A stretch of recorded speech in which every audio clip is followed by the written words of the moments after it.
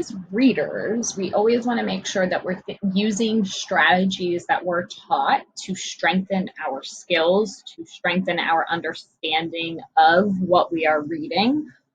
We don't want to ever just pick up a book and read a bunch of chapters and then put it down and have no idea what we just read. So there's important strategies that we always have to think about when it does come to reading. Some of those strategies are not new to you. You've seen them probably all before, but we're going to review them, and then I want you to send me a message on Edsby and let me know which of these strategies, you might use one, you might use all, you might use only a couple, that you use as a reader and you feel that it helps you. So our first strategy that we're going to talk about today is predicting. And this strategy can be used in honestly multiple subject areas, not just reading. But we all know that predicting is when you get ready to read by making an educated guess about what might happen in the text. So sometimes we use the title, sometimes we use the cover page and the illustrations in the story. Sometimes we might do a picture walk through it, and we might make predictions on what we think will happen throughout the story. So predicting is helpful and it's important, but there's really no wrong answer to a prediction.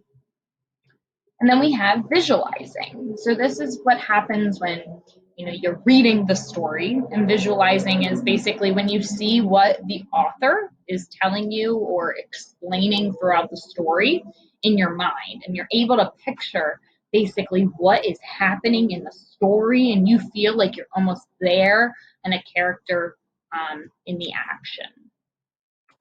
And then there's monitoring, and this also happens while reading. So for monitoring, that's when you pay close attention to all the words that you are reading, the different paragraphs, the different chapters, and the different text features to help you make sense of the text. So you're kind of combining all of those different things to help you understand what is happening. So if you're not monitoring while you're reading, then you're going to basically read through that whole book, put it down, and not have any idea what you just read. One way to help you monitor while you're reading is questioning. So while you're reading, and you can do this even before reading, you could do it after reading, but you can come up with questions. And you would ask these questions directly about the text. It could be about the characters, it could be about the setting, it could be about the problem in the story, it could be about the information that you're learning, it could be about a specific word that you don't understand, but basically questioning throughout your reading experience so that you can really get a firm understanding of what it is that you've just read. Another strategy is inferencing, and this is yet another one that we definitely use in a variety of subjects. And inferencing can be difficult because sometimes we like when the answer is right there, right in front of us. We can look back into the text and we see the words or we can see the picture. But inferencing is a little bit more difficult because with inferencing, you have to use a little bit of your background knowledge, things that you know about the specific topic in the text, and combine it with what you've read in the text. So it's when you're able to use knowledge you already have, plus what you're reading, to really help you understand what the text is trying to tell you. And of course, we have retelling. And retelling is basically when you just think about the whole story you just read and you're able, or it might just be a paragraph, it might be a couple sentences, it might be a full chapter. It could be the entire story that you're summarizing. But when you think back to what you've read and you're able to explain all those very important details in the text, and that you're able to do it in the correct order. And what we call that is sequencing of events, so that you're able to sequence the events of the story in order.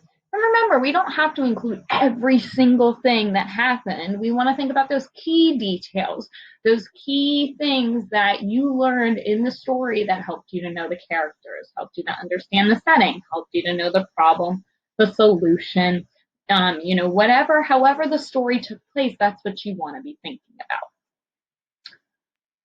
And then summarizing. So summarizing is slightly different, but it's when you basically take a section of the text and you put it into your own words.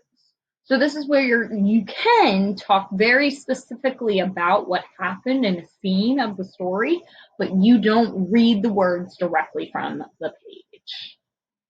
And then finally, we have what is called evaluating. And evaluating is when you think about the text to determine if you liked it or not. So this usually comes at the end of reading, or maybe, halfway through, maybe even a couple of pages through. You decide, this is too difficult for me. So you're evaluating the vocabulary in the text, and you're realizing you're not exactly understanding what's happening in the text. So that might be a reason why you decide no longer to read it.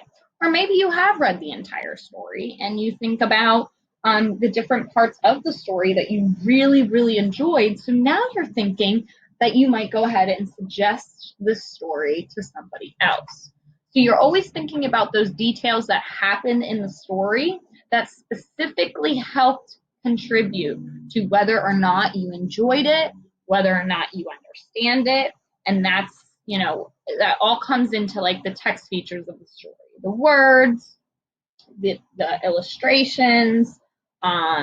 It could possibly be that there's maps and diagrams and things like that throughout the story. So using all of those text features could help you in the evaluating piece. I do have one more that I always like to share because I feel that this is important, and I do feel that a lot of students use it.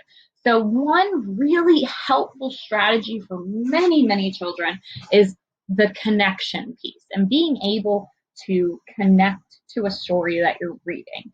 So whenever you're reading a story, you might use some background knowledge because you might be reading about the beach and you're using your experience from a time that you went to the beach. So you're thinking about that time in your life and comparing it to the story that you've read.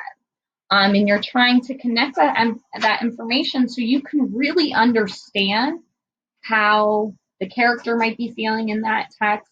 And the connection piece really makes reading so much more enjoyable.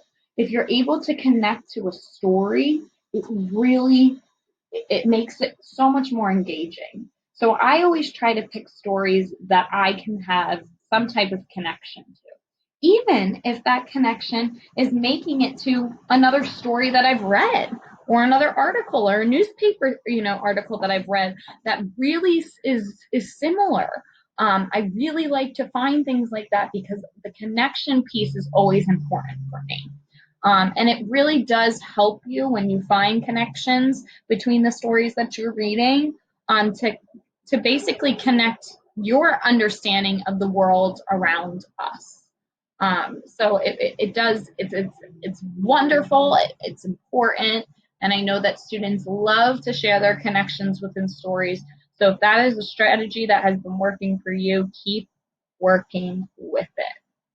Now, I do want you guys to make sure to send me your specific reading strategies from this video. You can go back and re-watch to, slow it down and write down any ideas that you're thinking of, strategies that you specifically use as a reader and that you feel actually help you to better understand the story and to better understand yourself as a reader. If you have any other questions, just send Miss Johnston a message. And I hope you guys have a fabulous Wednesday.